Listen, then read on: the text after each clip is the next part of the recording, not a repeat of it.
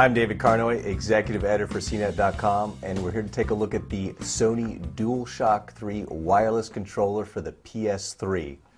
When Sony first put out the PS3, a lot of people were complaining that the wireless controller that came with the system didn't have any rumble in it.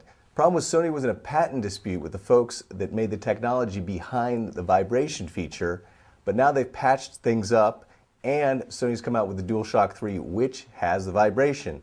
Now, not a lot has changed between this model and the original 6-axis controller that came with the system previously. As you can see, they look a lot alike and they really are identical.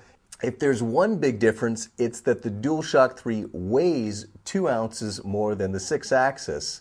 And for some gamers, that's good news because they didn't like that this older model was a featherweight. It really is a little bit too light in your hand for some people's tastes. Concerned about rumble support for some of the old games out there, Sony is providing software patches for certain games, and obviously a lot of games forward will have the rumble support in them. There isn't a whole lot to complain about here.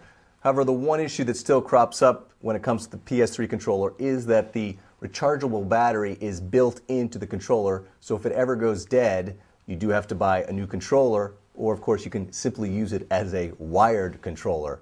Also, this model doesn't ship with a USB cord to charge it. We thought Sony was a little cheap not to include the cable, especially since it's already charging a few extra bucks to have the added rumble feature. I'm David Carnoy, and that's the Sony DualShock 3 for the PlayStation 3.